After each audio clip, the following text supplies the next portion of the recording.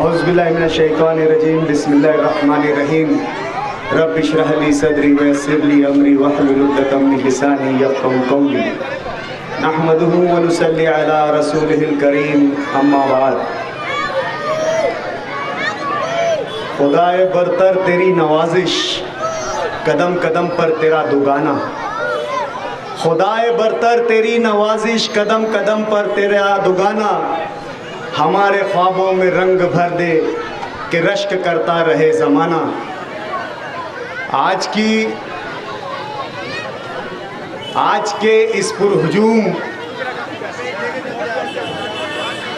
जलसे के सदर, इस इलाके की मशहूर समाजी मिल्ली शख्सियत और हम सब के सरपरस्त आली जनाब इस्माइल बशारती साहब, हमारे बुज़ुर्ग रहनुमा अलहाज यूनुस ईसा साहब, मालेगांव ज़िला मजलिस इत्तेहादुल मुस्लिमीन के सदर आली जनाब अब्दुल मालिक यूनुस ईसा साहब, मजलिस इत्तेहादुल मुस्लिमीन के जवा साल बाहौसला कॉरपोरेटर आली जनाब अब्दुल माजिद साहब, गुरुवार वार्ड की सियासत के तामीरी शहंशाह कहलाने वाले शाहिद खान साहब के फर्जंद माविन कॉरपोरेटर इब्राहिम खान साहब, हमारे आलमगीर जीरू साहब, मोहम्मद असलम मतिया साहब, सोहराब आज़मी साहब, यूसुफ ईसा साहब,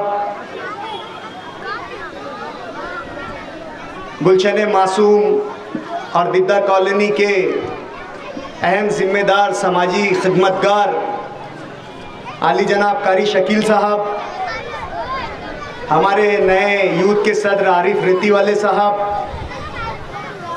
आयशा नगर से तशरीफ़ लाए हुए हमारे सरपरस्त अनीस वीडियो वाले साहब, खलील बेकरी वाले साहब, रशीद अहमद रजदा दादा साहब, रेहान महिंद्रा साहब, भिगन मामू साहब, शाहिद भाई साहब, आयशा नगर वाले हमारे शाहिद भाई साहब, हमारे चचा रहीम रुस्तम साहब, सोहराब आज़मी साहब, कैप्टन पीर मोहम्मद साहब, सियासी समाजी वर्कर और एक ज़माने से जनता दल से जुड़े रहे, जिन्हें देखकर स्टेज पर मुझे खुशी हुई है, हमारे इस्माइल हॉकर साहब, मुस्तफ़ा डोमन साहब, सिकंदर चाचा साहब, हाजी मुजीब साहब, शफीक पीटर साहब, हमारे चचा खुर्शीद सिद्दीकी साहब, शकील मुकादम साहब और तमाम हाजिरीन।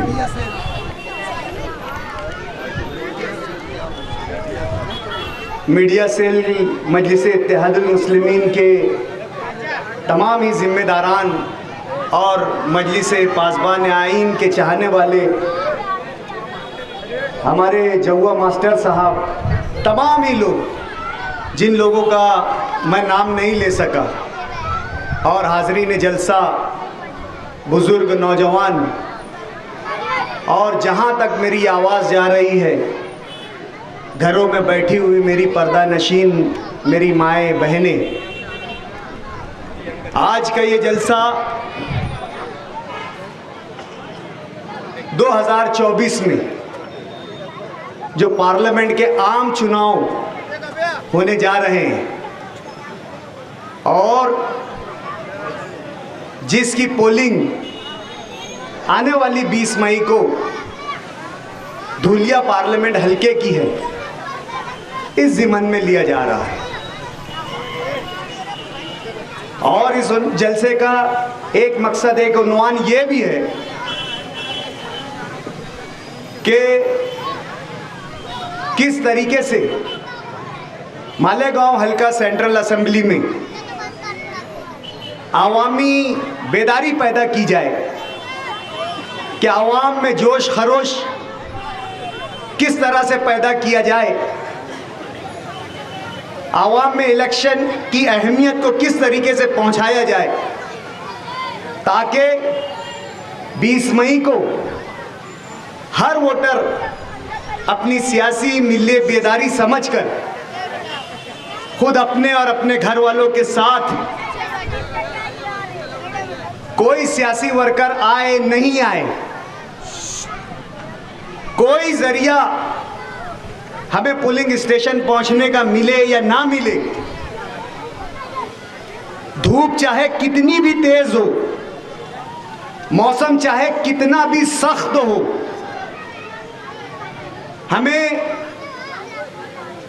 कितनी भी मसरूफियत हो, शादियों का सीजन है, लेकिन याद रखो जिस तरीके से उलमाए कराम और अमायदीन दीन इस इलेक्शन की अहमियत समझा रहे हैं, उस बिना पर हमें अपना मिल्ली फरीज़ा समझकर जो है वो वोट देने निकलना है। उलमाए कराम, अमायदीन दीन इस बात की बार बार इल्तिजा कर रहे हैं कि मुल्क एक इंतहाई फैसला कुन मोड़ पर खड़ा हुआ है। अब अगर हम नहीं जागे, हम बेदार नहीं हुए, हमने हमारी सियासी जिम्मेदारी को और हमारी वोट की कीमत को नहीं समझा, तो यकीनन ये इलेक्शन जो होगा, कहने वाले माहिरीन दानिश्वर ये कह रहे हैं कि अगर इस मर्तबा भी इंडिया अलायंस हुकूमत में आती है तो शायद ये इस मुल्क का जमहूरी आखिरी इलेक्शन हो। सत्यपाल मलिक जो बीजेपी के ही एक अहम रुकन थे, कई बीजेपी के आईनी ओहदों पर बीजेपी के जरिए आयत कई आईनी ओहदों पर फायज थे, कश्मीर जैसी रियासत के गवर्नर थे और वो गवर्नर भी उन्हें बीजेपी ने बनाया था। लेकिन उनका कहना है कि डॉक्टर बाबा साहेब अंबेडकर के जरिए तैयार करदा आइन और दस्तूर जिसके हिसाब से यह मुल्क चलता है, अगर इलेक्शन में जरा भी गफलत हुई तो फिर यह इलेक्शन आखिरी इलेक्शन होगा। मल्लिकार्जुन खड़गे कांग्रेस के कौमी सदर हैं, उनका कहना है कि इस मर्तबा अगर हम वोट देने जा रहे हैं तो अपने दिल में यह ख्याल जरूर पैदा कर ले कि इस मर्तबा अगर इंडिया अलायंस की अगर हुकूमत आती है, बीजेपी और नरेंद्र मोदी की हुकूमत अगर आती है, तो ये वोट उनका आखिरी वोट होगा। ये आइन और दस्तूर को बचाने की लड़ाई है, ये इस मुल्क के कानून, संविधान और कॉन्स्टिट्यूशन को बचाने की लड़ाई है। ये एक पार्टी बमुकाबला दूसरी पार्टी नहीं है। ये इलेक्शन हमारा वजूद बमुकाबला बीजेपी है। ये इलेक्शन हमारी बका बमुकाबला बीजेपी है। ये इलेक्शन हमारी तशख़्ख़ुस बमुकाबला बीजेपी है। अगर हमने होश के नाखून नहीं लिए, अगर हमने बेदारी पैदा नहीं की और हम ये सोचते रह गए और हम इस ख्याल में रहे कि इलेक्शन आते हैं, इलेक्शन जाते हैं, इलेक्शन एक त्यौहार है, एक छुट्टी है, तो यकीन मानो मुस्तकबिल करीब में हमारी हैसियत बहुत जल्द मिट जाएगी। और इसकी वजह है, इसकी बिल्कुल एक वजह है, इतने बड़े जिम्मेदारान, इतने बड़े इंटेलेक्चुअल्स, इतने बड़े दानिश्वरान अगर ये बात कह रहे हैं और महसूस कर रहे हैं, जो जिम्मेदार है, जो माहौल को समझते हैं, जो कावानीन को समझते हैं, जो मुल्क की सतह पर होने वाले हालात को समझते हैं, जो बैनुल अक़वामी सतह पर हालात जो पैदा होते हैं उनको समझते हैं, अगर वो दानिश्वरान ये बात कह रहे हैं तो बात गलत नहीं कह रहे हैं। कर्नाटक में बीजेपी के उम्मीदवार, पार्लियामेंट के उम्मीदवार, कानून साज अदारे का इलेक्शन लड़ने वाले उम्मीदवार, बीजेपी रियासती इकाई के जिम्मेदार, वो ये बात कह रहे हैं कि आने वाले 6 या 7 महीनों में आप देखोगे कि हिंदुस्तान ये हिंदू राष्ट्र बनेगा। आरएसएस का नाम आप तमाम जानते हैं और आरएसएस का मकसद भी आप तमाम लोग जानते हैं और आरएसएस की नीयत, आरएसएस का मैनिफेस्टो भी आप लोग जानते हैं। आरएसएस के मेन मुख्य प्रचारक गोविंदाचार्य ने भी इस बात का इंदिया दिया कि अगर 400 पार बीजेपी के रुकने पार्लियामेंट अगर चुन कर आते हैं, अरकान पार्लियामेंट अगर चुन कर आते हैं, तो 6 महीनों के अंदर हिंदुओं को यह तोहफा दिया जाएगा कि यह देश हिंदू राष्ट्र हो जाएगा। यकीनन इलेक्शन यौम एहतसाब है,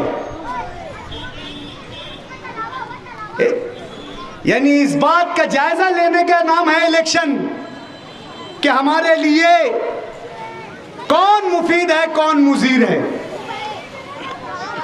लेकिन इलेक्शन यौम मुहासबा भी है। मेरे दोस्तों, मैं मेरे तालिबे इल्म के ज़माने में जब मैं जामिअतुल हुदा में पढ़ता था तो उस वक्त हमको हमारे निसाब में कससुल कुरान और कससुल अंबिया पढ़ाया जाता था। गालिबन मैंने कससुल कुरान या कससुल अंबिया में पढ़ा था हज़रत सुलेमान अलैहिस्सलाम का वाक़या। अचानक से जब हम मकतब में पढ़ा करते थे, लेकिन ये जो वाक़या है हमारे जहनों पर उस वक्त नक्श हो गया था। हमारे उस्ताद मोहतरम मौलाना रफ़ीक पटेल साहब ने जब हमें ये वाक़या पढ़ाया था तो बचपन की वो यादें आज इन हालात में एकदम से उभर कर आ गई। सूरतुल नमल का वो वाक़या कि जिसमें हज़रत सुलेमान अलैहिस्सलाम अपने लश्कर के साथ कूच कर रहे थे, कहीं जा रहे थे, मैदान में उनका क़याम हुआ। हज़रत सुलेमान अलैहिस्सलाम का लश्कर यहाँ पर बैठे हुए तमाम लोगों को उनकी नबूवत का ये मुआजिज़े का इल्म होगा कि हज़रत सुलेमान अलैहिस्सलाम की हुकूमत इस दुनिया पे, इस ज़मीन पर बसने वाले तमाम चरिंद परिंद, जानवर, हैवान, जिन्नात, इंसान पर थी। आप तमाम की बातें जानते थे, तमाम की बोली जानते थे। तो मुख्तसर वाक़या ये है कि जब उनका लश्कर क़याम कर रहा था और वो दोबारा मार्च, जो उनका लश्कर था वो मार्च रिज्यूम कर रहा था, वापस जाने के लिए जब आगे बढ़ रहा था, तो उन्होंने एक चींटी की आवाज़ सुनी। चींटी अपनी साथी चींटियों से कह रही थी कि हज़रत सुलेमान का लश्कर आ रहा है। उस वक्त हाथी, घोड़े और कई ऐसी मखलूक रही होगी, हम तसव्वुर में कहते हैं कि डायनासोर, ये वो दीगर तमाम मखलूकें उस जो है लश्कर में शामिल रही होगी। तो हज़रत सुलेमान अलैहिस्सलाम ने चींटी की आवाज़ सुनी। चींटी जो चींटियों की सरदार थी, वो भांपते कांपते अपनी साथी चींटियों से कह रही थी कि हज़रत सुलेमान अलैहिस्सलाम का लश्कर आ रहा है। उन्हें नहीं मालूम कि हम यहाँ पर हमारी ग़िज़ाएं चुग रहे हैं, उन्हें इल्म नहीं है। उनके इस अजीम लश्कर के पैरों तले हम रौंदे जाएंगे, कुचल जाएंगे।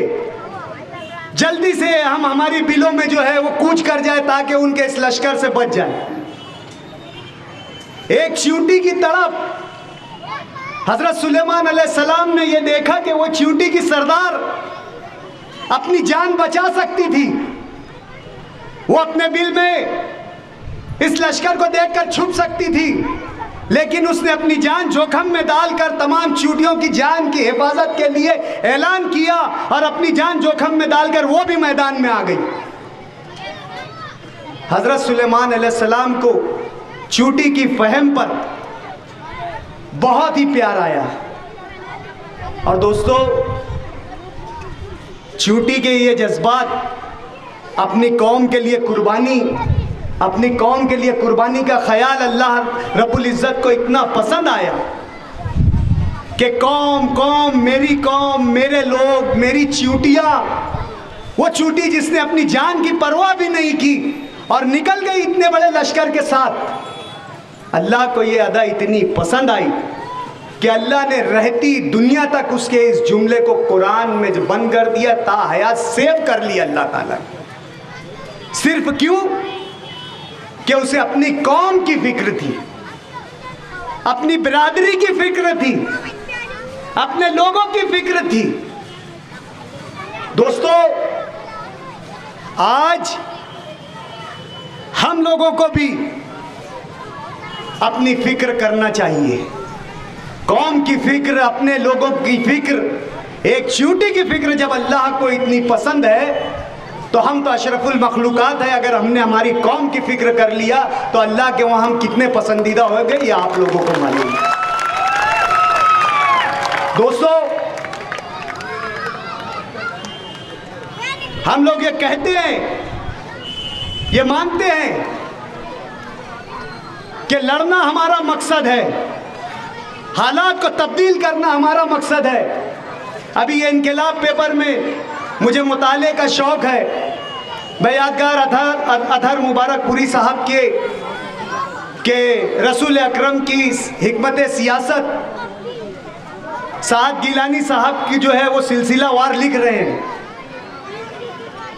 एकदम हालात के ऐन मुताबिकत उनकी तहरीर पढ़ने में आई।